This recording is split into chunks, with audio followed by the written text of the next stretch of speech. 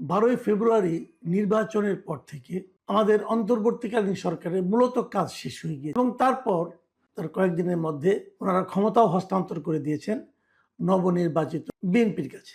এবং বিএনপি তার এর মধ্যে তাদের মন্ত্রিসভা গঠন করেছে, প্রধানমন্ত্রী হয়েছেন, অন্যান্য মন্ত্রীদের দপ্তর বন্টন হয়েছে এবং তারপরেও প্রায় 2 সপ্তাহ কিন্তু প্রধান উপদেষ্টা, অন্তর্বর্তীকালীন সরকারের প্রধান উপদেষ্টা ডক্টর মোহাম্মদ ইউনূস ওনার যে সরকারি বাসভবন ছিল যমুনা, ওখানে অবস্থান করেছেন এবং গতকালকে সেখান থেকে উনি গুলশানের বাসভবনে চলে গেছেন। যতদিন পেরেছেন থেকেছেন সরকারি বাস। এই যে গেলেন, যাওয়ার পর থেকে ডক্টর মোহাম্মদ ইউনূসের স্ট্যাটাসটা কি দাঁড়াবে? এখন উনি কি? এখন কি উনি সাধারণ মানুষ, যে কোনো সাধারণ মানুষ? না, উনি এখন যে কোনো মানুষ নন। উনি আগে গ্রামীণ ব্যাংকের যখন এমডি ছিলেন, অথবা গ্রামীণের লোক হিসেবে যখন গ্রামীণ ফাউন্ডেশনের লোক ছিলেন, অথবা গ্রামীণ টেলিকমের চেয়ারম্যান অথবা অন্য কিছু ছিলেন, তখন উনি যে মাপের লোক ছিলেন, ওনাকে সরকার যে পরিমাণ নিরাপত্তা দিত, তার সঙ্গে কিন্তু বর্তমানে নিরাপত্তার কোনো তুলনা হয় অনুযায়ী উনি এখন রাষ্ট্রের অতি গুরুত্বপূর্ণ এবং এই গুরুত্বপূর্ণ ব্যক্তি হিসাবে ওনাকে বিবেচনা করা হবে। দায়িত্ব ত্যাগের পরবর্তী এক বছর উনি রাষ্ট্রের অতি গুরুত্বপূর্ণ ব্যক্তি থাকবে। তো আপনারা হয়তো বলবেন থাকবেন, এটা নিয়ে আলোচনার কি আছে? না,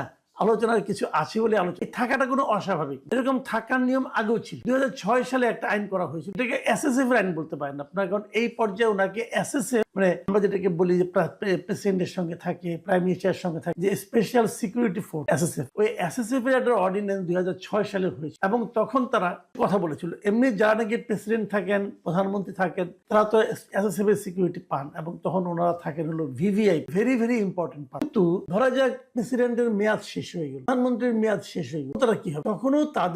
তখন তাদের are very very important person থাকবেন, তখন তারা হয়ে যাবেন ভেরি ইম্পর্টেন্ট ভিভিআইপি না। তো ওনারা যখন ভিআইপি হয়ে যাবে তখনও তারা এসএসএফ পাবেন, মানে এসএসএফ এর নিরাপত্তা তারা পাবেন। কতদিন পাবেন? 3 মাস পাবেন। এটা 2006 সালে একটা আইন করা হয়েছিল। সেই আইনে কে কে ইনক্লুডেড ছিল?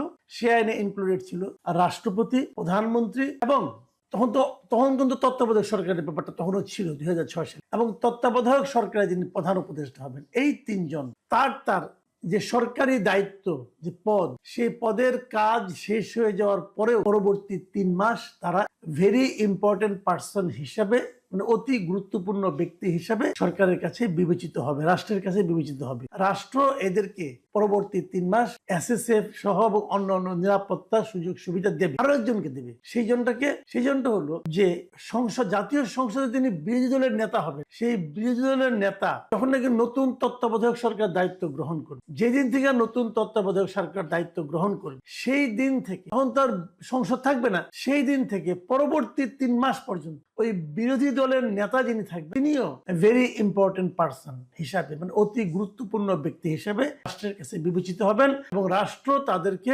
নিরাপত্তা দেবে। এই আইনটা হয়েছিল 2006 সালে, 2006 সালের 29শে অক্টোবর। এখন এই আইনটা হওয়ার পর ছিল এ পর্যন্ত, তারপরে তো মনে করেন আপনার 14তে এসে তত্ত্বাবধায়ক সরকার উঠে গেল, তারপরে এবার অন্তর্বর্তীকালীন সরকার এলো, এসে নিয়ে আমরা একজন অন্তর্বর্তীকালীন সরকারের প্রধান উপদেষ্টা পেলাম। প্রধান উপদেষ্টার কার্যকাল যখন শেষ হয়ে যায়, তাহলে ওনারও কিন্তু ওই একই নিয়মে 3 মাস সেই অতি গুরুত্বপূর্ণ ব্যক্তি হিসেবে নিরাপত্তা পাওয়ার কথা। কিন্তু এক্ষেত্রে তা হলো না। এক্ষেত্রে যে জিনিসটা হলো, আমরা দেখলাম যে এই বছরের, মানে 2026 সালে, মানে নির্বাচনের ঠিক 2 দিন আগে নতুন একটা অধ্যাদেশ, সরকারি বিজ্ঞপ্তি, এবং সেই বিজ্ঞপ্তিতে বলা হলো যে প্রধান উপদেষ্টা যিনি থাকবেন, তিনি পরবর্তী, মানে দায়িত্ব শেষ হওয়ার পরেও 1 বছরের জন্য ভিআইপির মর্যাদা। এই যে নতুন যে প্রজ্ঞাপনটা হয়েছে ফেব্রুয়ারির 10 তারিখে, সেখানে আসলে কি লেখা হয়েছে?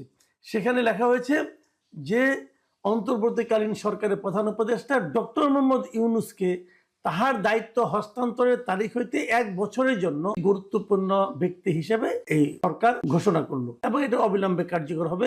রাষ্ট্রপতির আদেশ ক্রমে মোহাম্মদ সাইফুল্লাহ পান্না এটা কে করলো? রাষ্ট্রপতি করলো, দিল রাষ্ট্রপতি। হয়তো প্রশ্ন করবেন যে দিন কয়েক আগে রাষ্ট্রপতি তো মানে খুব দুঃখ করে একটা ইন্টারভিউ বললেন যে তাকে কিভাবে ডক্টর ইউনূস পদে পদে অপমান করেছে, তিনি বলেছেন। তো তার মানে রাষ্ট্রপতির সঙ্গে ডক্টর ইউনূসের সম্পর্ক মোটেই ভালো ছিল না। তারপরেও রাষ্ট্রপতি এই ধরনের একটা আদেশ দিল, তার জন্য এত ভালো কিছু করলো। সেটা আসলে এরকম না কেন আমি বলি, বাংলাদেশের সবকিছুই রাষ্ট্রপতির আদেশ ক্রমে হয়। আমার তো মাঝে মাঝে মনে হয় যদি রাষ্ট্রপতিকে কোনো কারণে সরে যেতে হয়, তখন হয়তো বলা হবে রাষ্ট্রপতির আদেশ ক্রমে ওনাকে সরিয়ে দেওয়া হলো। এটা একটা ফ্রেজ মাত্র, এটা একটা মানে বলা হয়ে থাকে। আসলে হয়তো অনেক কিছু রাষ্ট্রপতি জানেনও না। এই যে রাষ্ট্রপতির ওখান থেকে যে আপনার রাষ্ট্রপতির অভিযোগ করেছে যে ওনার এখান থেকে যে মিডিয়া এই যে ইটা সেলটা ছিল ওটা সরিয়ে নেওয়া হয়েছে, আদেশে নেওয়া হয়ে থাকে বলা হবে ওখানেও রাষ্ট্রপতির আদেশ। রাষ্ট্রপতি অনেক কিছু জানেন না, কিন্তু ওনার আদেশক্রমে সবকিছু হয়। এবং বাংলাদেশের সংবিধান অনেকটা এরকমই, যে রাষ্ট্রপতি যা কিছু করে মন্ত্রী পরামর্শক্রমে করে।